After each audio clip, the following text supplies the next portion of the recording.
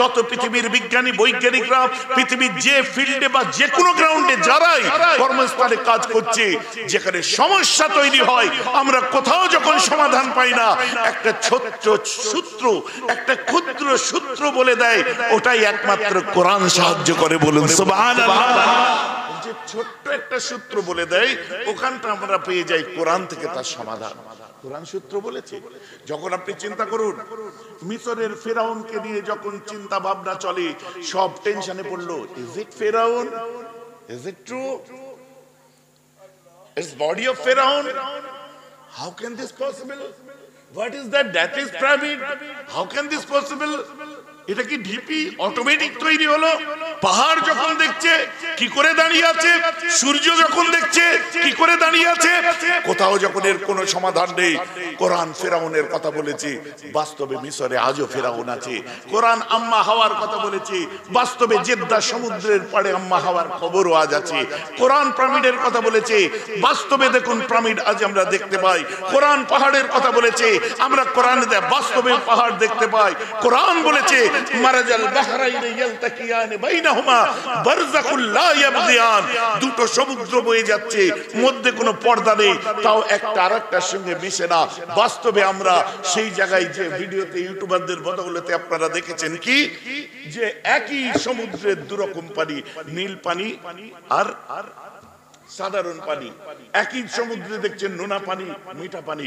সূরাতুর রহমান, এই কোন জায়গায় যখন আমরা এর ব্যাখ্যা খুঁজে পাই না, তখন কোরআন খুললেই একমাত্র পাই। তাই আমরা আমাদের সমাধানের জন্য কাছে একটা করে কোরআন রেখে দিই, আমরা সমাধান পাই এ থেকে। আর এ এন্টারপ্রেনাররা এটাকে আপনারা ট্রান্সলেট করে দিয়েছে, সেইভাবে আমরা রেখেছি আমরা সহজে যাতে বুঝতে পারি। তখন ডাক্তার বলছে আপনার সব বুড়ো হয়ে গেছে। কতদিন কোরআন আপনার কাছে আছে? বলছে 30 বছর।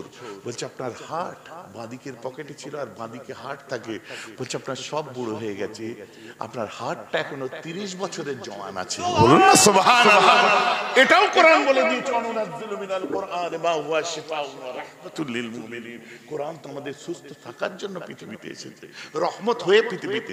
ভাইজান আমার কথা বুঝতে পারছেন? কথাটা বোঝা যাচ্ছে? ঘটনার ওয়াজ ধরলে বহু ঘটনা লাইফে শুনেছেন, কিছু বাস্তব আমার ইয়াংস্টাররা এসছেন আজ দেখছি। আমি সচরাচর এই ওয়াজ করি না, বুঝলেন? আমার ইউটিউবার ভাইরা যারা এতজন এসছে, এরা বিভিন্ন সময় আমার বক্তব্য রেকর্ড করে, কিন্তু এরাও আজকে ভাবছে যে ভাই যেন একটা অন্য টাইপের আলোচনা হচ্ছে। আজ এই আলোচনা বোধহয় এদের ইউটিউবে এখনো সম্প্রচার হয়েছে বলে আমার মনে হয় না। কথাটা আমার বুঝতে পারছেন তো নাকি? তো মোটামুটি আপনি দেখুন, সায়েন্টিস্টদের জিজ্ঞাসা করুন, চিনি আছে পৃথিবীতে, চিনি বোঝেন? চিনি বোঝেন না? গরম পানি ঠান্ডা পানি আছে, চুলোয় তুললে গরম হয় কি হয় না? হয়। ওতে আপনি চা পাতা দিয়ে চিনি দিয়ে দিলে, একটু দুধ দিলে কি হয়? সকলে জোরে বলুন। এরা এখনো এনে দেয়নি, সব জানে, আমাকে এক কাপ চা পর্যন্ত দেয়নি।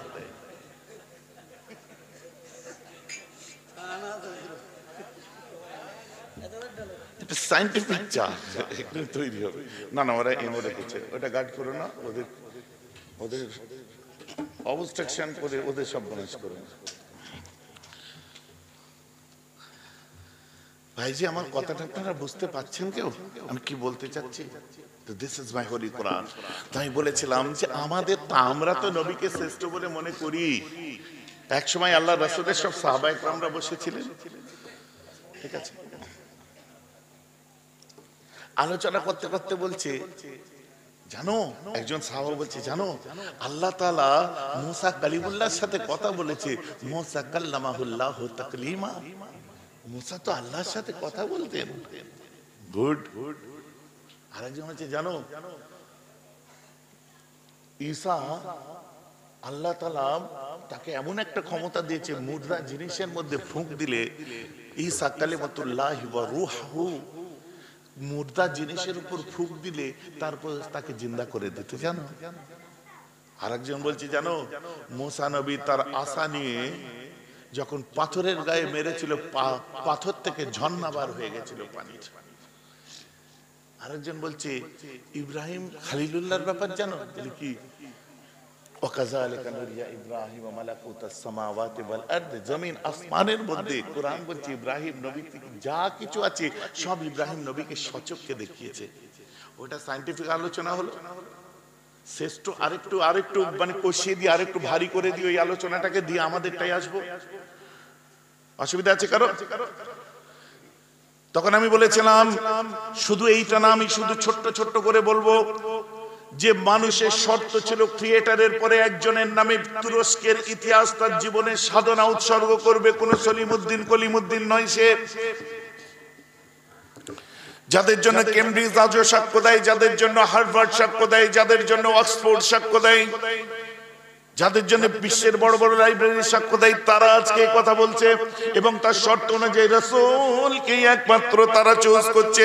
চলুন, মিস্টার মাইকেল এইচ.আর. দ্য 100 নামক গ্রন্থ লিখছে। তিনি কি বলছে যে পৃথিবীর বুকে আমি 100 জন মনীষীর জীবন নিয়ে গবেষণা করলাম, কিন্তু আমি হযরত মুহাম্মাদের একটা কথাই দেখলাম যে ময়দানেতে একদল বাচ্চা খেলা করছে, আর ওখানে একটা বাচ্চার আব্বা এসে তার সন্তানকে ডাকছে, বাবু শোনো, বাবু শোনো।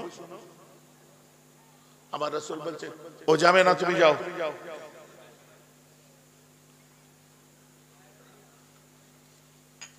কিছু সময় পরে এসে বলছে বাবু শোনো, চলো বাড়ি যাই, সন্ধ্যা হয়ে গেছে।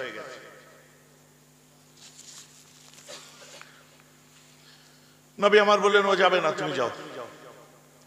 আবার কিছু সময় পরে এসে বলছে চলো বাবু, বাড়ি যাবে না? আল্লাহ রাসূল বললাম না তুমি এখন যাও, পরে যাবে। এরপরে আমার রাসূল বলছে এই সাহাবা, বলছে জি। শোনো, জি হুজুর। যাও তোমার বাচ্চাটাকে বাড়ি নিয়ে যাও। জি হুজুর, একটা কথা বলবো। বলছে 3 বার আমার সন্তানকে আমি ডাকলাম, আপনি যেতে দিলেন না, আর 4র্থবারে আপনি ডেকে পাঠাচ্ছেন মানে? আল্লাহ রাসূল বলল ওরে পাগল, এতিম কাকে বলে বুঝিস? বাপ হারার কষ্টটা জানিস? মা হারা কাকে বলে জানিস? আমি মুহাম্মদকে দেখ, আমি রাসূলকে দেখ। আল্লাহ রাসূল বলছেন আমি রাসূলুল্লাহকে দেখে নে, বলে নিজের দিকে দেখাচ্ছে। আজও পর্যন্ত আল্লাহ জমিন আসমানের সবকিছু আমার কদবেতে রেখে দিয়েছে, তথাপি আমি মুহাম্মদ আজও আমার মাকে মিস করি, আজ আমার আব্বাকে মিস করি। আর তুই যখন তোর সন্তানটাকে ডাকছিলি, তুই কি জানিস ওই ময়দানে আরো একটা বাচ্চা ছিল যে অনেক আগে মাকে হারিয়েছিল, আর সদ্য কিছুদিন আগে ওহদের যুদ্ধে ওর আব্বাটাকেও হারিয়ে ফেলেছে। তুই যখন তোর বাচ্চাকে ডাকছিস, ও ফ্যাল ফ্যাল করে তাকিয়ে দেখছে চোখ ভরা পানি নিয়ে, আমার আব্বা কোথায়? আমার আব্বা আমাকে নিতে আসলো না কেন এখনো? আমি তাই বললাম দুনিয়ার পিতারা নিজের সন্তানকে আদর করার আগে আশপাশে দেখে নাও কোনো মাহারা বাফারা আছে নাকি। অতএব নিশ্চয় তোমার বাচ্চাকে তুমি আদর করবে, আগে ওই এতিমগুলোর মাথায় হাত বুলাও। একটা এতিমের মাথায় হাত বুলালে মহব্বতের সাথে, ওটা ওই এতিমটা নয়, আমি মুহাম্মাদের মাথায় হাত বুলানো হয়। সুবহানাল্লাহ। Michael H R. এটা পড়ার পরে বলছি হোয়াট আ ম্যান, কি মানুষ ইনি, সত্যি। বলে তিনি লিখে দিলেন perhaps the greatest leader of all times was Muhammad. The creed of Hazrat Muhammad is free from the suspicions of ambiguity, and the Quran is a glorious testimony of the unity of Allah. বলে দিল যে বিশ্বের বুকে সর্বকালের শ্রেষ্ঠ leader যদি কেউ থাকে, এই নবী ছাড়া আর অন্য কেউ হতে পারে না। বলুন সুবহানাল্লাহ। তুমি বলছিলে না আমার নবী শ্রেষ্ঠ হলো কি করে, একটাও কোরআনের ভাষায় বলবো না। চলো মিস্টার স্যার উইলিয়াম মুর বইটা বার করো, দ্য ডেমোক্রেসি অফ ইসলাম, ইসলামের গণতন্ত্রের যিনি আপনার অর্থাৎ যিনি বইটা লিখেছে, তিনি এক সময় বলছে I am the disable and also 41 পৃষ্ঠা তার খুলবে, বেশি নয়, 40-41 কি বলছে, I am the disciple and also follower of Jesus. But I like to say a truth that Prophet Muhammad is the perfect person in all of our world. He was the matter mind, not only his own is but of all ages. আমি জন্মসূত্রে, বংশসূত্রে, জাত সূত্রে আমি খ্রিস্টানের বেটা খ্রিস্টান, তথাপি সত্য বলতে আমার মুখে বাঁধে না। আমি আমার ধর্মের নবী ঈসা নয়, বরং ইসলামের নবী মুহাম্মদকে পৃথিবীর শ্রেষ্ঠ এবং খাঁটি বলে মনে করি। বলুন না সুবহানাল্লাহ। হ্যাঁ গো, আমার রাসূলের আলোচনা শুনে ভালো লাগছে। হ্যাঁ, অনেক ঘটনা তো অনেক শুনেছেন, কিন্তু আমার নবী কে ছিলেন? আজকে বোকা তোরা কার স্টাইল নিতে যাচ্ছিস? শাহরুখ খানের, সালমান খানের? কথা বুঝতে পারছেন না? আগে ছিল দাড়ি কাটা স্টাইল, এখন হয়েছে দাড়ি রাখা স্টাইল। দেখো সব যুবক যুবক ছেলেরা দাড়ি রেখেছে হালকা করে, এখন আর দাড়ি চাঁচে না। আরে এটাই তো আমার রাসূল বলেছেন তুই দাড়ি রাখ। আর তারপরে দেখো এই ছেলেগুলোকে এখন চাঁচতে বলো, হঠাৎ করে একদিন রেখে ফেলেছে, বুঝলেন? রেখে দেখি চাঁচতে বলো, কাটিস না। মানে এমন মায়া এসে গেছে, ওর সঙ্গে ওর ইমোশন জড়িয়ে গেছে। আমি সেদিন ঠাট্টা করে রেখে দিয়েছিলাম, আজ তো আমার রাসূলের সঙ্গে মিলে যাচ্ছে। বলুন না সুবহানাল্লাহ। এইভাবেই তো হয়। জওয়ান কারা কারা দেখেছো? হাত তুলে দেখাও তো। মিথ্যা কথা বলে তোলো, অসুবিধা নেই। হ্যাঁ, একজন। আর কে দেখেছো? হ্যাঁ, দু তিনজন দেখেছো। আমাকে বলো,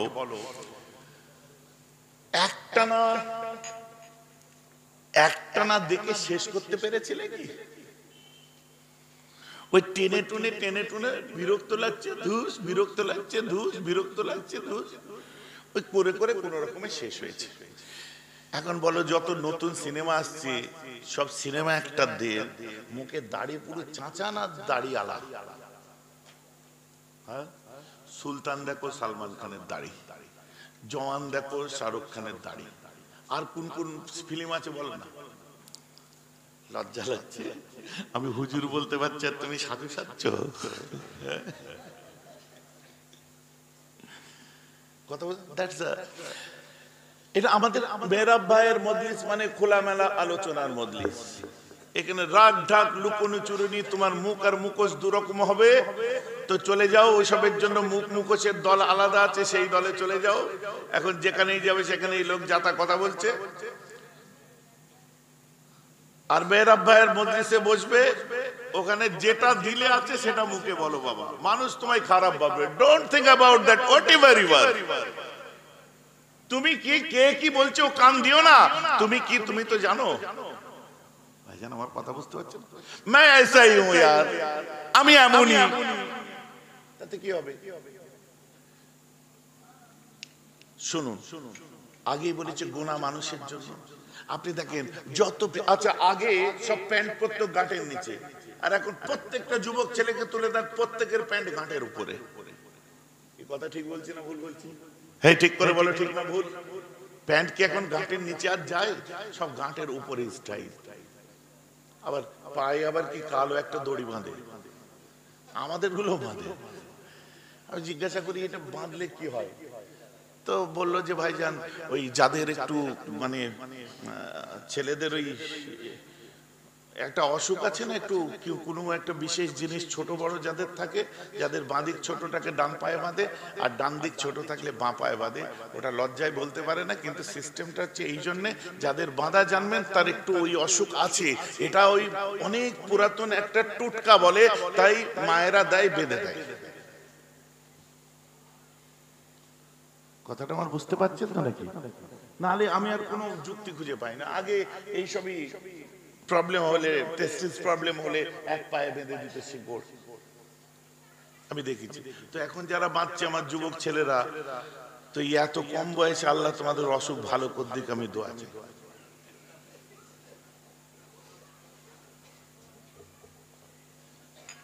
কাল যার পায়ে দেখবে বাঁধা জানবে না, না না বাঁধবে কেন রে ভাই, আমাকে তো বুঝিয়ে দিতে হবে। That is big issue. আপনারা এটা নিয়ে ছেলে খেলা করে দড়ি বেঁধে পায়ে রাখবেন না। ডাক্তার দেখানো বিলম্বে, ডাক্তার দেখানো দরকার। দড়ি বেঁধে ঘুরছেন কেন? হ্যাঁ, ডাক্তারের কাছে যান। যার পায়ে দড়ি বাঁধা দেখবেন অবিলম্বে যুবক ছেলেরা তাকে ডাক্তার দেখাবার ব্যবস্থা করো, তাহলে এতে তোমাদের সব হবে। আর যদি বলেন না আমার ওসব কিছু নেই, বিশ্বাসই হবে না, কেউ বিশ্বাস করবে না। কারণ ছোট থেকে আমরা দেখেছি যার যা জন্ডিস হলে শিকড় বাঁধতো, সুতো দিত। আর ওই টেস্টিক্যাল প্রবলেম হলে দেখবেন যে কোনো একটা পায়ে কিছু বেঁধে দিত। আজও আছে, নো প্রবলেম। চলুন এখন দেখবেন প্যান্ট এসেছে গাঁটের উপরে। ইসলাম কত সভ্য ধর্ম দেখুন, যে আপনার যদি নখ বেড়ে যায় তার মেকদার দিয়ে দিয়েছে 40 ডেজ। এই যে নখ বড় হয়ে গেছে, কত মেকদার? 40 ডেজ। আপনার যদি হাতের নিচে, নাভির নিচে অবাঞ্ছিত লোম, যেগুলো অবাঞ্ছিত আমি বলি না, আল্লাহ যে সমস্ত মানুষের ন্যাচারাল গঠন দিয়েছে, আমার নবী তার নির্ধারণ করে দিয়েছে 40 ডেজ। 40 ডেজ পর্যন্ত কেউ যায়ও না। এখন সব আল্ট্রা মডার্ন সব রেজার বার হয়েছে, সেই সব রেজার গুলো জালির মতো শুধু ঘষতে হয়, এত বারিক সুন্দর, তার মধ্যে ব্লেড আছে, দেখবেন ময়লা পরিষ্কারের মতো শরীর পরিষ্কার হয়ে যাবে। এটা প্রতি সপ্তাহের মধ্যে করবেন। এ ওয়াজ কেউ করবে না। যুবক ছেলেরা আছো, আমি বলে দিচ্ছি, তাই খাটনি বাড়াবে না, কোনোভাবে খাটনি বাড়াবার দরকার নেই। প্রত্যেক 2 দিন 3 দিন ছাড়া ছাড়া তুমি জালির মতো শুধু ঘষে নেবে। তুমি আমাজন আছে দেখতে পাচ্ছ না, ফ্লিপকার্ট দেখতে পাচ্ছ না, অনলাইন চেক করতে পাচ্ছ না, কত সহজে তুমি পাক সাপ থেকে আল্লাহর কাছে সেজদায় যাবে। একবার দেখতে ইচ্ছা করছে না, খালি মোবাইল চেক করছে লেটেস্ট ভার্সন কি বার হলো, S24 আল্ট্রার পরে কি কিছু বেরোলো, খালি মোবাইল চেক করছে। আর এত চেক করে লাস্টে কিনছে কি? সেই জয়সন কে তৈসন সুক্তি মে বেগান, যে প্রথমে ইএমআই চান্স দিল, ইএমআই পারলো না যখন, বলে ধুস এখন কি এইটাই কিনে নে ভালো হবে। তা তুই অত দামি দামি ফোন চেক করলি কেন? ওই জন্য বলি যত দূর বুকের তেজ আছে তত দূর যাও। তোমার আল্লাহ আওকাত দিয়েছে, ক্ষমতা দিয়েছে, তুমি কেটিএম পর্যন্ত যাও, ওর থেকে বেশি যেতে যেও না। আল্লাহ ক্ষমতা দিয়েছে বুলেট পর্যন্ত যাও, লোন করে ওর থেকে বড় নিতে যাবে, পরের দিন ফোন করে বলবে যে তাড়াতাড়ি দিয়ে দে, অসুবিধা। তুমি খালি বলে হ্যাঁ ওকে ওকে, জেন্টলম্যান প্রমিস। ওই সামনে বুধবার দিন 28 তারিখ, ওটা বিকেলের দিকে ওটা কমপ্লিট হয়ে যাবে। ও গালাগাল দিয়ে যাচ্ছে, okay sir no problem, gentleman promise. জিজ্ঞেস করো কার ফোন? হ্যাঁ ব্যাংক থেকে করেছিল, ব্যবসা চলে জানিস না? না, ফাইন্যান্সার ফোন করেছে, বলে 3টে কিস্তি ফেল, যেখানে দেখবো গালে চড় মেরে বাইক কেড়ে নেবো। বুঝতে পারছেন না? তো তোমার যতদূর দৌড় তার বাইরে তুমি চলবে কেন? একটা মোমেন মুসলমানের সব জিনিসের তো মেকদার নির্ধারণ করে দিয়েছে, তুমি পার করবে কেন? আমার মুসলমান খেয়াল করে শুনে রেখে দিন, আর বেশি বলবো না। বলতে গেলে মিস্টার ওয়ালিয়ারি কি বলছে, তিনি বলছে পৃথিবী একদম বললে অনেক দূরে যাবে। আমি শুধু আমাদের দেশের মিস্টার মহাত্মা গান্ধীর কথা বলে দিই। বাপু, মহাত্মা গান্ধীর নাম শুনেছেন না? বাপু দ্য ইয়াং ইন্ডিয়া, ভারতবর্ষের একটা বিখ্যাত গ্রন্থ দ্য ইয়াং ইন্ডিয়ার মধ্যে তিনি একজন লিখছে, পৃথিবীর বুকে বহু লিডাররা নেতৃত্ব দিয়েছে, পৃথিবীর বুকে বহু নেতারা তাদের নেতৃত্ব দিয়ে সমাজকে জাগ্রত করার চেষ্টা করেছে, কিন্তু এদের মধ্যে একজন সফলতম নেতা আমার চোখে, যিনি অজ্ঞতার যুগে এসে সমাজ ব্যবস্থাকে সুসজ্জিত করেছিলেন, তার নাম হলো ইসলামের নবী মুহাম্মদ। জোরে বলুন সুবহানাল্লাহ। কোথায় আছো? আস্তে আস্তে কথা বলো গো,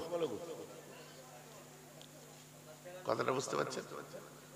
তাহলে আমার রাসূল শ্রেষ্ঠ আর আমি বলছি না। এবারে আসুন, ও তখন মাথা লাড়ছে দিয়ে আস্তে করে হাততালি দিচ্ছে। এবার আসুন, আপনি একটু আগে বললেন যে তিনি অশিক্ষিত ছিলেন। হ্যাঁ, আমি কোরআন দিয়ে আপনাকে বোঝাবো না, হাদিস দিয়ে বোঝাবো না, আমি চলে যাব জ্যোতিষ বিজ্ঞানী মিস্টার স্মিথ বাসওয়ার, বিখ্যাত একজন বিরাট বড় পার্সোনালিটি, তার বিশাল ব্যক্তিত্ব, তার শিক্ষার জগতে প্রতিটি মানুষ স্মিথ বাসওয়াকের কথা শুনলে একবার চিন্তা করে, স্যার আইজ্যাক নিউটনের কথা শুনলে চিন্তা করে, গ্যালিলিওর কথা শুনলে চিন্তা করে। প্রফেসর স্মিথ বাসওয়াক হযরত মুহাম্মদের লাইফকে এক সময় পড়েছিলেন সাল্লাল্লাহু আলাইহি ওয়াসাল্লাম। পড়ার পরে যখন জিবরাইল এসে আল্লাহ রাসূলকে বলেছিলেন, এই মুহাম্মদ আপনি পড়ুন, ইকরা, পড়ো, আল্লাহ রাসূল বলেছিলেন আনা লাইসা বিকারিন মা'আনা বিকারিন, আমি পড়তে জানি না। লিখে ফেললো সে যে কি enlightened himself, prophet Muhammad is the enlightened person। কুদরতি হাতে আমার আল্লাহ তার গর্দানটা চেপে ধরলেন, ধরে বললেন অতটুকুতেই শেষ নেই, আরো ভিতরে যা। তারপরে আরো রিসার্চ করে আল্লাহ রাসূল দেখিয়ে দিচ্ছেন যে হায়ের ভিতরটা কেমন হবে, তা কেমন হবে। আক্ষরিক জ্ঞান নেই তো আল্লাহ রাসূল তা কেমন হচ্ছে কিভাবে দেখিয়ে দিচ্ছেন, অক্ষরগুলো কি করেছে, সবকিছু রিসার্চ করলো। ওরা আবার আমাদের থেকে বেশি করে। আপনারা নেটে সার্চ মারুন এক্ষুনি দ্য মেসেজ সার্চ মারুন, ওতে দেখবেন একটা আর্ট বার হবে, আর্ট ফিল্ম বার হবে। আমি নিজে দেখে অবাক হয়ে গেছি, যেখানে ওহদ, বদর, ইসলামের কোর পয়েন্ট গুলো পর্যন্ত সেখানে দেখিয়েছে। আমি ওটা দেখে মুগ্ধ জানা হয়েছি। আমি চিন্তা করেছি যে খ্রিস্টান ডাইরেক্টর যে, সে আমাদের থেকে বেশি ইসলামকে নিয়ে গবেষণা করেছে। আমার কথাগুলো শুনলে আবার আপনি অন্যরকম মিনিং করবেন না, বুঝুন। একটা খ্রিস্টান ডাইরেক্টর যেখানে ইসলাম রাসূলের হিজরত দেখাচ্ছে, সেখানে উল্লেখ করেছে ওহদের যুদ্ধ। আমার নবী যে 50 জনকে বলেছিলেন তোমরা এই পাহাড়ে থাকবে, আমি নবী যদি শহীদ হয়ে যাই এই খবর পেলেও তোমরা এখান থেকে সরবে না। পরবর্তীতে সাহাবাগুলো সরে গেল, গনিমতের মাল বন্টন হচ্ছিল যখন, উল্টো দিক দিয়ে ঠিক ওই জায়গা থেকে অ্যাটাক করেছে। আর অত সূক্ষ্ম জায়গা, তারিখ ইসলাম যারা পড়ে, ইসলামের ইতিহাসে যারা পিএইচডি করছে, তারা এগুলো নিয়ে পড়াশোনা করে। অথচ একজন খ্রিস্টান মানুষ দেখি ওটাকে ওখানে উল্লেখ করেছে। ভাই যে আমার কথা বুঝতে পারছেন? বোকা তো আমরা, ধর কাছে ধরে আছি, মুসলমানের ঘরে জন্মেছি, আমি মুসলমান। আরে ইসলামকে বুঝে মুসলমান হন। এই আজ আমরা ধর কাছে ধরে আছি বলেই আজকে দেখুন আহলে হাদিস, আজকে দেখুন ওহাবি, আজকে দেখুন ফাদার কি বলে, ব্রাদার কি কি বলে, মাদার বলে, এসব কি কমনে আছে না। এরা এসে দেখুন হঠাৎ কোথা থেকে আজগবি এসে কি করতে করতে এসে বা কায়দা ফতোয়া দিচ্ছে। আপনারা দেখবেন বা কায়দা ফতোয়া দিচ্ছে, অথচ ফতোয়া দেওয়ার অথরিটি একমাত্র মুফতিদের আছে। কি বলে, ফিকহে শাস্ত্রে যারা পারদর্শী, ফিকহে শাস্ত্রবিদ যারা, একমাত্র তারাই ফতোয়া দিতে পারে। আর এরা এসে বাকায়দা ফতোয়া দিচ্ছে, দেখছেন না, ডাইরেক্ট বিন্দাস বেঝিঝক বলে দিচ্ছে শবে বরাত করা হচ্ছে নাজায়েজ, হারাম। হ্যাঁ, একটা নামাজ রোজা রাখলেও জাহান্নামের জন্য যথেষ্ট। এটা নিয়ে আমি আজকে বলছি না। আল্লাহ রাসূল সারা মাসটা রোজা রাখতেন। আম্মা জান আয়েশা, মুআজ বিন জাবাল, হযরত আলী, মুখতালিফ রিওয়ায়াতের মধ্যে দিগার ইসনাদের সাথে কমপক্ষে 20 জন সাহাবা এটা দলিল দিয়েছেন। আল্লাহ রাসূলকে জিজ্ঞাসা করলো, হে রাসূল, আপনি কেন সারা শাবান মাসটা রোজা রাখেন? হুজুর, সারা শাবান মাস রোজা রাখেন, শুধু একদিন না, শাবানা করলে আপনি পুরো শাবানটা কেন রোজা রাখেন? হুজুর, এই বাবুরা পেছনে ওয়াজ করো না, তোমরা মাইকে ওয়াজ করবে, এসো, এটা গরম দাও না। আপনার বিরক্ত লাগছে না? কাউকে বিরক্ত লাগছে? বিরক্ত লাগলে বলে দেন, আমার তাড়াতাড়ি ছুটি হয়ে যাবে। বাবা, 1টা বেজেই গেছে। সময় কোথা দিয়ে গেল বুঝতে পারছেন? সময় গেল, বোঝা গেল কি 1.5 ঘন্টা সময় পার করে দিয়েছে, বুঝতে পারছেন? এখন আসুন যেটা বলছিলাম। আমার রাসূল বলছে, শোনো আমি কেন রোজা রাখি। আমার নবী বলছেন, এই শবে বরাত থেকে নিয়ে, এই শাবান থেকে নিয়ে আগামী শাবান পর্যন্ত আল্লাহ যাদের মওতের নামকে এনলিস্টেড করবেন, যাদের মওতের নাম লিস্ট করবেন, ফাআনা উহিব আইয়াতিয়ানি আজালি ফাআনা সায়েমুন, আমি মুহাম্মদ পছন্দ করি এই শবে বরাত থেকে আগামী শবে বরাত পর্যন্ত যাদের মৃত্যু নির্ধারণ করবেন, আল্লাহ এই মাসেতে তাদের নামগুলো ঠিক করবেন। আর আমি নবী পছন্দ করি, আল্লাহ যখন আমি মুহাম্মাদের নামটা মৃত্যুর খাতায় তুলবে, আমি যেন ওই সময় রোজা অবস্থায় থাকি। বলুন না সুবহানাল্লাহ। আপনি উড়িয়ে দিলেই হবে। আমি এই বিষয়ে আজ আলোচনা করছি না, কারণ এর উত্তর আমি আর দিতে চাই না। যারা উত্তর চাচ্ছেন, প্রথম প্রশ্ন তাদের কাছে, ওদের ঈমান তো প্রশ্নের মুখে আছে, ওরা আমার কি উত্তর চাইবে? যদি বলেন কেন, lot of evidence I have. একটা বক্তব্যকে খালি চাপা দেওয়া হচ্ছে কত রকম ডিজাইনে, দেখলে আপনারা অবাক হয়ে যাবেন। আমি নিজে বলবো না,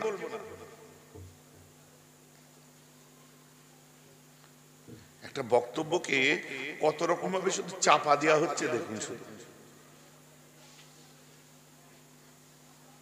14 শাবানের রাত্রে এইভাবে মসজিদে ভিড় না করে যদি বেশ্যাখানায় কাটায় তারপরও ভালো আছে, যদি সারা রাত যদি সে বেশ্যাখানায় থাকে সেটাও ভালো, কারণ সে বলবে যে আমি অপরাধের মধ্যে ডুবে আছি, এই সারা রাতটা আমি অপরাধের মধ্যে থাকলাম, অপরাধ চর্চা করেছি। কিন্তু একটা অনিসলামী কাজ, একটা ইসলামের বিকল্প পথ, বিকল্প ধারা, সেটাকে যদি সে ইসলাম মনে করে তাহলে এটা ইসলামের জন্য কত ক্ষতিকর। এটা হলো জিনার চেয়ে খারাপ, সুদ ঘুষের চাইতে খারাপ। এই যে আজরে অথচ বেদান্তি হুজুরদের মাথায় উঠে না, কি বলবো হোক না কেন একটা রাত তো সে ইবাদত করতেছে। এই যে আমরা এটা হলো বেদান্তিদের ভাষা, বেদান্তিদের ওয়াজ। কথাটা আমার বুঝতে পারছেন। এদের কোন প্রশ্নের উত্তর আর উলামায়ে হকরা দেবে না, কারণ এরা প্রমাণ হয়ে গেছে এদের ঈমান আজ প্রশ্ন চিহ্নে। এই যে বর্তমান এই যে আহলে হাদিসদের ঈমান আজকে প্রশ্ন চিহ্নে। এর আগে নিজেরা প্রমাণ করো ও নামাজ বেরাতের রাতে পড়বো কি পড়বো না, রোজা রাখবো কি রাখবো না, তেলাওয়াত করবো কি করবো না, অনেক পরের কথা। তোমায় উত্তর আমি অনেক পরে দেবো, আগে তুমি ইসলামের দায়রার মধ্যে আছো কিনা এটা আগে প্রমাণ করো। কথাটা আমার বুঝতে পারছেন তো? তুমি যে আহলে হাদিস দল বলছো, ব্রিটিশের কাছ থেকে অনুমোদন নিয়ে একটা দলকে ইসলাম বলে চালাচ্ছ না, চালাচ্ছ।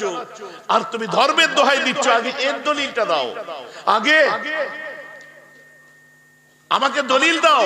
আব্দুল হক বানারসি, তাকে কোন চোখে দেখো? আব্দুল হক বানারসি যাকে ফজলে হিন্দ বলে, এর উস্তাদের নাম হচ্ছে ইমাম শাওকানি জাইদিয়া শিয়া। এর আরেক ফাউন্ডার ফাদার হচ্ছে হাসান বেটলভি, হান্টার কমিশন পড়া ছেলে আমি। কথাটা আমার বুঝতে পারছেন না? পুলিশের তাড়া যতবার খেয়েছো ততবার নাম চেঞ্জ করেছো, আজকে গলাবাজি করে বেড়াচ্ছে। এরা হচ্ছে বক্তা। তো বক্তাদের কোন ফতোয়ার জবাব আলেমরা দেবে না। ভাই কথা আমার বুঝতে পারছেন না? এরা হচ্ছে বিষহরি মলম বিক্রি করা বক্তা, এদের কেউ চিনতো না। আজকে যদি এই ইউটিউবার গুলো না আসতো, আজকে যদি ইউটিউবার গুলোর পা ধুয়ে ডেলি 2 গ্লাস করে এদের পানি খাওয়া দরকার। এই বক্তা গুলার, এই ইউটিউবার গুলোকে জামাইয়ের মতো আদর করে পায়ে তেল মালিশ করা দরকার। এদের পা ধুয়ে পানি খাওয়া দরকার। আর বলা দরকার, ভাই তোরা ছিরি বলে আজকে আমরা 2 পয়সা কামিয়ে খাচ্ছি, তোরা যদি না থাকিস তো আমাদের পেটে শিওর লাথি। কথাটা আমার বুঝতে পারছেন না? আবার যাদের বদৌলতে উঠছে তাদেরকে আবার বলে কেস করে দেবো। কি জ্বালা রে ভাই, এ হুমকিও তারা শুনছে। আসলে এইরকম নেমো খারাম, যারা নেমো খারামি এইভাবেই করে, বাপকে ছাড়ে।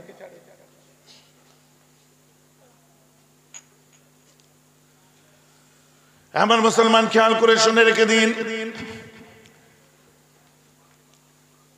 একাধিক রাবী রিওয়ায়াত করেছেন, বলা হচ্ছে জয়ীফ।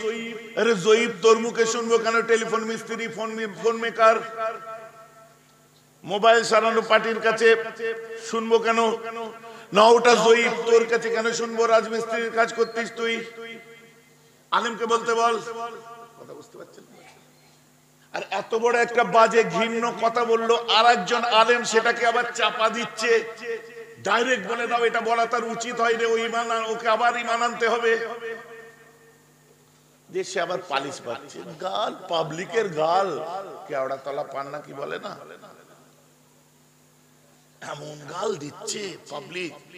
হুজুর টুজুর এত বড় দাড়ি টাড়ি আর পরোয়া করে নেই, খিস্তি দিয়ে ছেড়ে দিচ্ছে একদম, বুঝলেন? পাবলিকের আতে ঘা পড়ে গেছে। হ্যাঁ, এই মাথা কোনোদিন মমতা ব্যানার্জির পায়ে ঠেকাবো না, এই মাথা কোনোদিন অভিষেকের পায়ে ঠেকাবো না, এই মাথা কোনোদিন নরেন্দ্র মোদীর পায়ে ঠেকাবো না, এই মাথা কোনোদিন নেতা, বড় বড় লিডার, বন্দুক কামানের সামনে নত করবো না। এই নেতা দুনিয়া, এই মাথা কোনোদিন দুনিয়ার কোন লিডারের কাছে নত করিনি। কিন্তু আল্লাহ যখন ডাক দিয়েছে সঙ্গে সঙ্গে, ও আপনি বলবেন আপনার ভাইয়ের কথা বললেন না? না, আমরা নওশাদের কাছেও মাথা, ওই নওশাদকেও সেজদা করি না, কারণ ও সেজদা করা বাড়ির ছেলেই নয়। কথা বুঝতে পারছেন না? ও সেজদা সুজুদ আল্লাহ ছাড়া কাউকে আমরা করি না, ওই জন্য ওটা আর বলতে হয় না। আবার যারা রাজনীতি করে চারানা চাল ভাজা নেতা আছে, তারা বলবে দেখছো নিজের ভাইটার কথা বললো না, এরকম কথা হবে। কথাটা আমার বুঝতে পারছেন? আমি আমার সব ভাইকে ভালোবাসি, মহব্বত করি, সমস্ত মানুষকে ভালোবাসি। হোয়াট এভার তুমি কি করছো আমি দেখতে যাই না, তুমি আমায় ভালোবাসলে আমি তোমায় ভালোবাসি। ভাইজান আমার কথা বুঝতে পারছেন তো? আর শুধু নওশাদ বলে কথা নয়, যারাই মানুষের কাজ করবেন লিল্লাহিয়াতের সাথে করুন, আমি সবার জন্য দোয়া করি। ভাইজান আমার কথা বুঝতে পারছেন?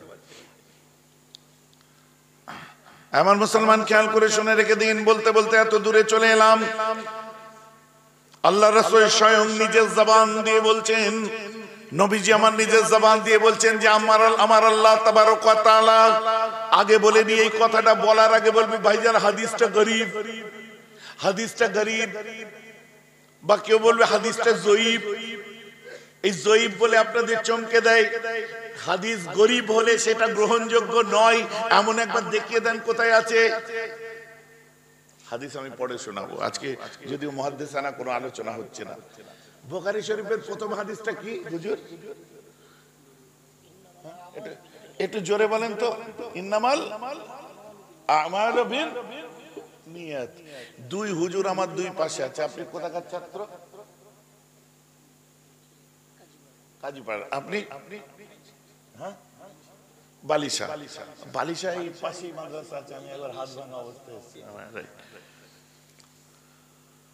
দুজন হুজুর আছে, আরো হুজুর আছেন হয়তো এর মধ্যে, আমি চিনতে পারছি না, জানি না এর মধ্যে আছেন। একবার আমাকে খালি বুখারী খুলে সনদটা দেখিয়ে দেন তো এই হাদিসটা। বুঝতে পারছেন না?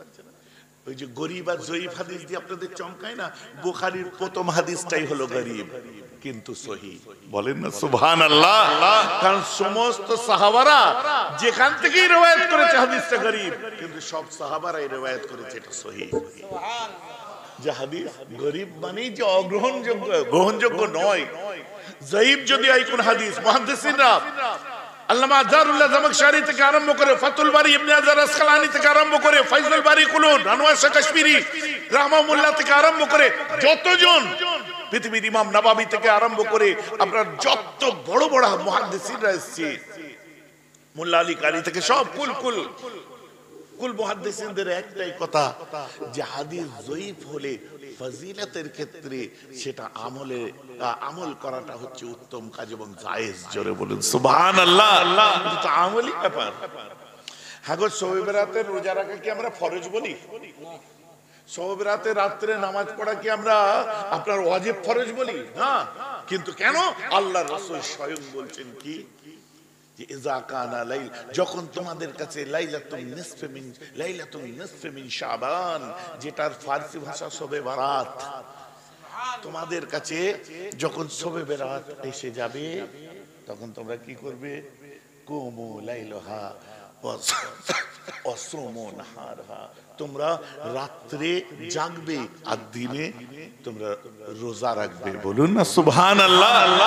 এবার আসুন, এইখানে পুঙ্গা পণ্ডিত আবার ফতোয়া দেয় কুমু লাইলাহা মানে তো রাত্রে জাগার, রাত জাগার কথা বলেছে, নামাজ পড়ার কথা বলেছে।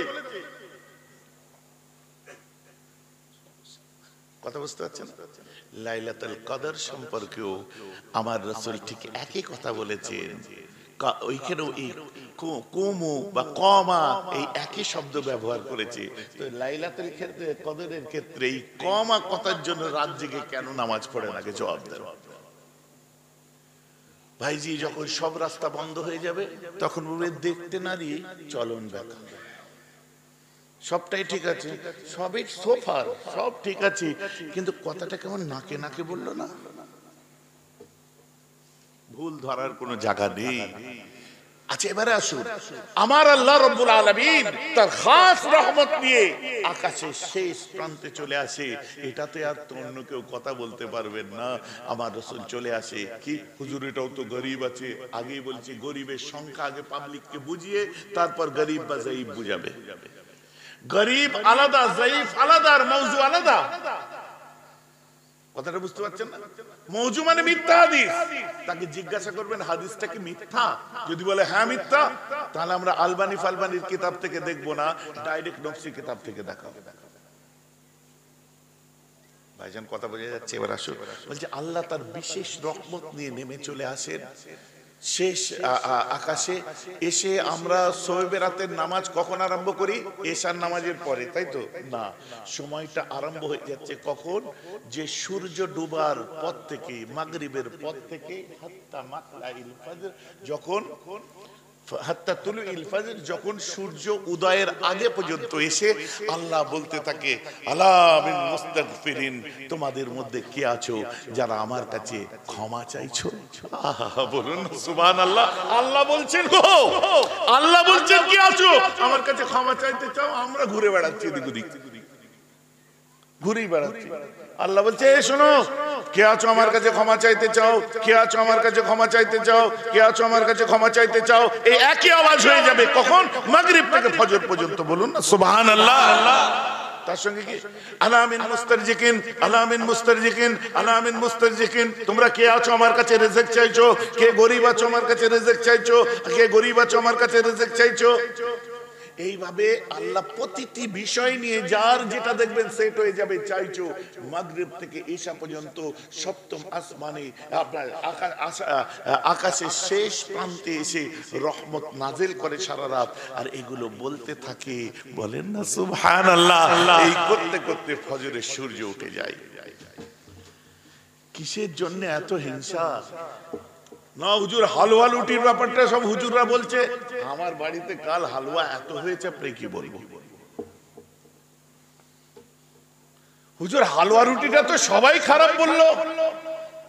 আমি তো সবাইকে এই প্রশ্নটা করছি, আরে ইউটিউবারদের মধ্যে দিয়ে আমি তাকেও প্রশ্নটা করাচ্ছি। আমি যদি নিজের ঘরে, নিজের বাড়িতে, নিজের উনুনে, নিজের চুলোয়, নিজের কিনা ঘি, নিজের কিনা বেসন, নিজের কিনা ছোলার ডাল, নিজের কিনা সুজি, নিজের কিনা কি বলে পেস্তা, নিজের কিনা কাজু, নিজের কিনা চিনি, নিজের কিনা সব যাবতীয় সব যা যা লাগে, এর মধ্যে কোনোটা হারাম বুঝলেন? চিনি হারাম, পেস্তা বাদাম হারাম, কাজু হারাম। নিজের ঘরে যে তৈরি করছো, বউ যখন বানাচ্ছে, লোকের পটানো বউ নয়, তোমার নিজের বে করা বউ, বুঝতে পারছেন? সে বউটা হারাম। তো হারাম কোন জিনিসটা তুমি হারাম বলছো কেন? হ্যাঁ, তুমি বড় জোর বলতে পারো হালুয়া রুটি খেয়ে ইবাদতের কথা ভুলে যাচ্ছে, এটাই খারাপ। তা হালুয়া রুটি কি দোষ করলো? ও তো আল্লাহকে বলবে এই খচ্চর মৌলী সাহেবদের পাল্লায় পড়ে আমরা কোথা থেকে মদ হয়ে গেলাম, আমরা কোথা থেকে হারাম হয়ে গেলাম। হালুয়া হারাম, রুটি হারাম। আমি তৈরি করেছি মেহমানদেরকে, মুসল্লি যারা যাদের দেখতে পেয়েছি, এই খানা একটু জায়রিনরা গেছে জিয়ারতুল কুবুরের উদ্দেশ্যে, গাড়ি ভরে ভরে গেছে, বেশক যাবেন। যদি কোনো আলেম বলে হারাম এবং ঈমান চলে গেছে, জানবেন তার ঈমান প্রশ্ন চিহ্নের মুখে। আর এরা জাহের হয়ে গেছে, এবার যারা বলে তারা প্রকাশ হয়ে গেছে। এখন নিজেদের মধ্যে দ্বন্দ্ব লেগে গেছে, এখন গদি বাঁচাতে লড়াই হচ্ছে। এই আলাদিন নামধারী যারা,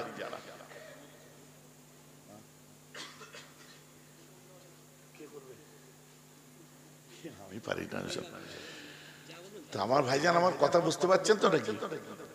কোনটা হারাম, এটা হারাম নেই, এইসব হচ্ছে পাকামো করা ফতোয়া দেওয়া। ওকে ডেকে খাওয়ান, দেখবেন খুব খাবে। যে হারাম বলছে ওকে ডেকে খাওয়াবেন, খুব খাবে, বলে খাবে, আবার আর চোখে দেখবে। মানে না, খাচ্ছে তো ছোলারটা, আর ওখানে রাখা আছে ডিমের হালুয়াটা, এটা দিচ্ছে, আর চোখে দেখছে। ভাই এটা একটু না থাক, অসুবিধা নেই, বাড়ালি কেন হাত, থাক তো বাড়ালি কেন? এই 4 দিনে হলে 7 দিনে হলে এইসব করতে নেই, সব বেদাত। দাঁত থেকে কি বার করছে, আটকে গেছে একটু। খচ্চর শালা, খাওয়ার সময় হারাম নয়, তুমি যে খেলে ওটা হারাম নয়, আর ফতোয়া দেওয়ার বেলায় এটা হারাম। হ্যাঁ, তো হারাম তো তোর দাওয়াত করেছে এখানে, কি বলে এটা, কি জায়গা না, এটা দিগড়া। যদি হারাম হয় তো তোর বারাসাতে বাড়ি, তোর বেই যখন দাওয়াত করে তখনই বলে দে ওসব হারাম আমরা যাই না, ওসব বেদাতে আমরা যাই না। হাসতে আসবি, খেতেও খাবি, ফের বলতেও বলবি।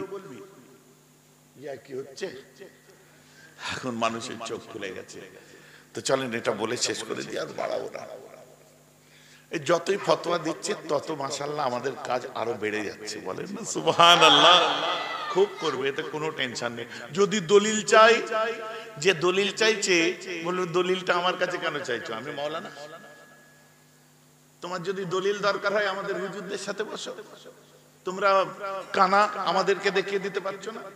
তোমরা বলতে পারছো না যে আমরা একটা গাইডলাইন মেনে চলি, আমাদের দেশি ভাষায় বলবো আমার গা বুঝবে কিচ্ছু হবে না, বুঝাতে হলে হুজুর গা বোঝা গেছে, বলতে পারছেন না?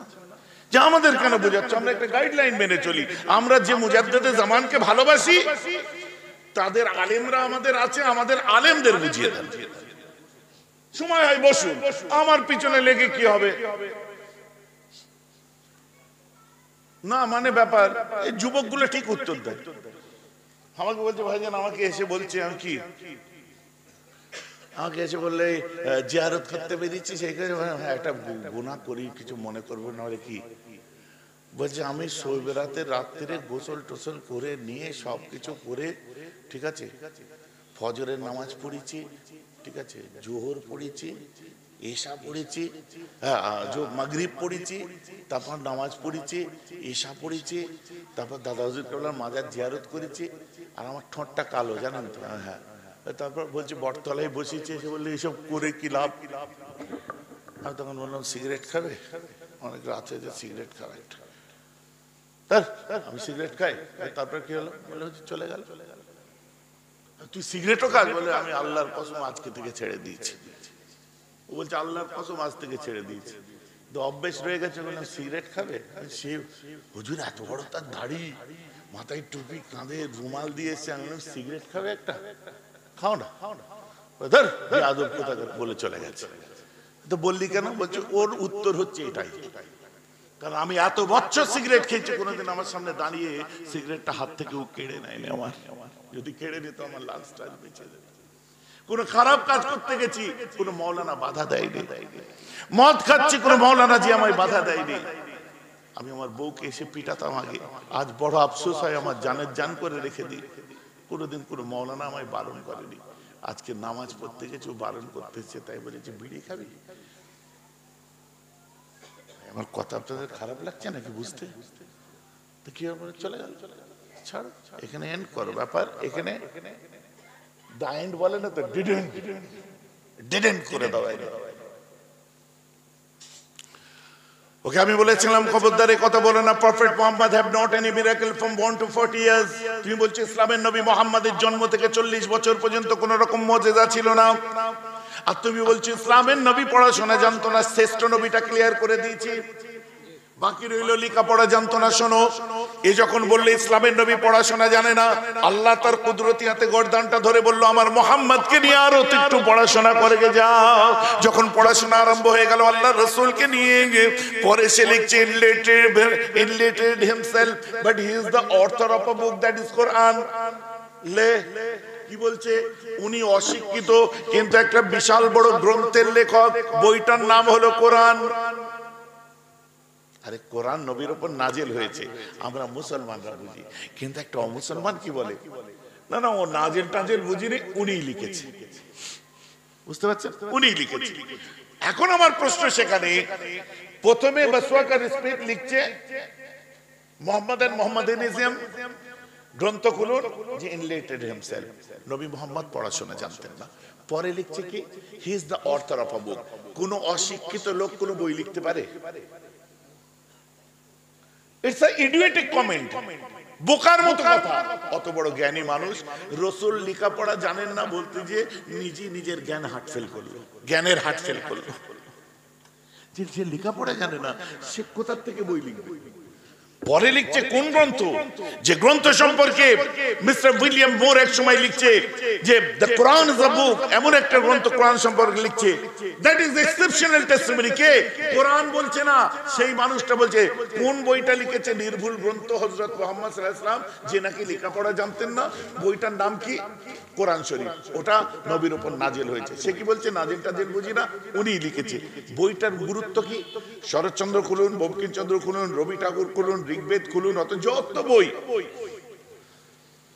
সব সাম্যবাদের কথা, ভ্রাতৃত্ব বন্ধুত্বের কথা অনেক কিছু বলেছে, কিন্তু special in my Quran Allah বলছেন আলিফ লাম মিম, আল্লাহ এর মানে জানে। পরে কি লিখছে, যালিকাল কিতাবুল লা রাইবা ফি, এই সেই গ্রন্থ যাতে ভুল ত্রুটি তো দূরের কথা, আমি বলছি আল্লাহ কি এতে কোনো সন্দেহ নেই, ভুল তো দূরের কথা। জোরে বলুন সুবহানাল্লাহ। ঠিক একই কথা উইলিয়াম মুর ঠিক একই কথা লিখছেন, I am the disciple follower of Jesus. আমি যিশুর ভক্ত। সত্যটা কি? That is exceptional testimony. That is holy. The exceptional testimony. That is Holy Quran.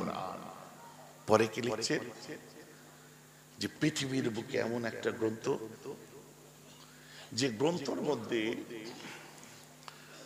আজ পর্যন্ত 1300 বছর চলে গেল, যে কোরআনটার মধ্যে আজ পর্যন্ত কেউ একটা কলম চালাতে পারলো না। জোরে বলুন সুবহানাল্লাহ। No author worked with us divine the 15th century with us poetry. এমন একটা গ্রন্থ, that is exceptional testimony. No author worked with us divine the 15th century with us poetry. এমন একটা গ্রন্থ যার মধ্যে 1500 বছরের মধ্যে কেউ কলম চালাতে পারলো না। বলুন সুবহানাল্লাহ। এখন অশিক্ষিত মানুষ নির্ভুল গ্রন্থ লেখে কোথা থেকে? ঠিক আছে, একটা বলি, সময় কম, কারণ এখন এদের পয়সা দরকার, জলসা করবে, ওয়াজ পরে হবে। দাঁড়াও দাঁড়াও, খালি গুঁজা মার, ওই শালা এখানে বসে গুঁজা মারছে, বলেন না হলে কথা বুঝতে পারছেন? আমার কথা শুনুন, দাঁড়া আগে আপনার এগুলো আমার যুবকদের, এইগুলো শোন না মন দিয়ে, এগুলো তো বোঝা দরকার আমার যুবক ভাইদের। আমি তো তোমাদের বুড়োদের ওয়াজ করছি আজ, যাতে এগুলো শোনার পরে তোমরা এনকারেজ হয়ে আমার রাসূলের দামানটাকে মজবুত করে ধরো। কারণ আমাদের তো একটাই ইচ্ছা, একটাই ইরাদা, কি ইয়া আল্লাহ দুনিয়ার নেতা চিনি না, লিডার চিনি না, আমরা স্বপ্ন দেখি না দাদার ধুতি ধরে জান্নাতে যাব, আমরা স্বপ্ন দেখি না দিদির আঁচল ধরে জান্নাতে যাব, একটাই স্বপ্ন, জান্নাতে গেলে আমেনার বেটা মুহাম্মাদের দামান ধরে যাব। জোরে বলুন নারায়ে তাকবীর, নারায়ে তাকবীর, নারায়ে রিসালাত, নারায়ে তাকবীর। আপা শোন না,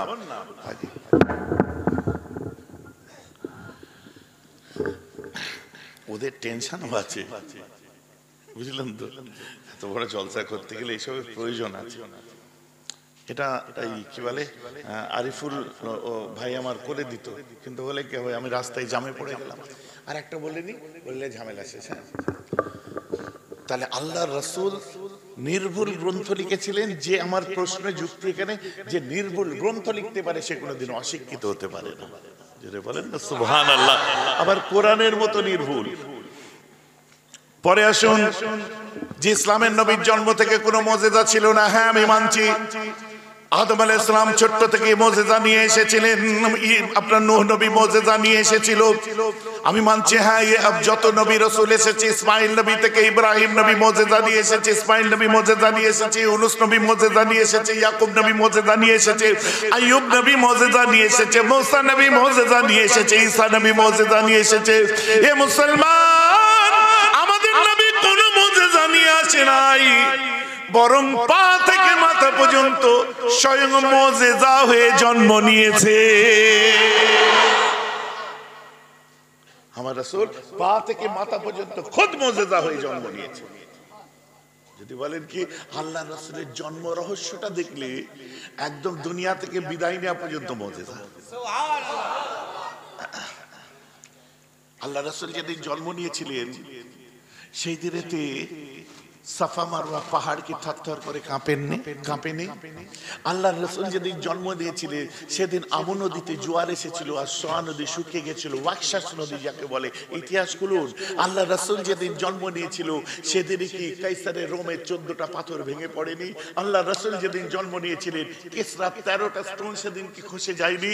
আল্লাহর রাসূল যেদিন জন্ম নিয়েছিলেন সেদিন কি আপনার ইরানের অগ্নি পূজারকদের প্রায় কম বেশি 4 লক্ষ বছর ধরে, 3,64,000 কত বছর ধরে যে তাদের দীপ্ত শিখা আগুন জ্বলছিল, ধাপ করে বন্ধ হয়ে যায়নি? আল্লাহর রাসূল যেদিন জন্ম নিয়েছিলেন ওই দিনে কি জিনেদের আসমানের উপরে ওঠা নো এন্ট্রি হয়ে যায়নি? আল্লাহর কোরআনে কি জিনেরা বলছে না, ওয়া আন্না কুন্না নাকুদু মিনহা মাকাইদা লিস-সামি ফামান ইয়াসতামিল আন ইয়াজিদ লাহু শিহাবান রাসাদা? এসব বললে তো রাত কেটে যাবে। জেনারা বলছে আমরা গেলি আমাদের আগুন দিয়ে মারা হয়, কবে?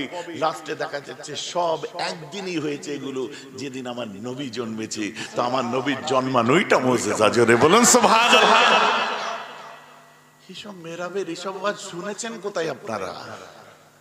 খালি জজবাতি কথা শুনেছেন। পরে মিস্টার স্পিতার বসওয়াক লিখছে, কোরআন সম্পর্কে লিখতে যে বলছে, ওকে বললাম আমার কোরআন হাদিস শোনা নাই, বাস শোনো।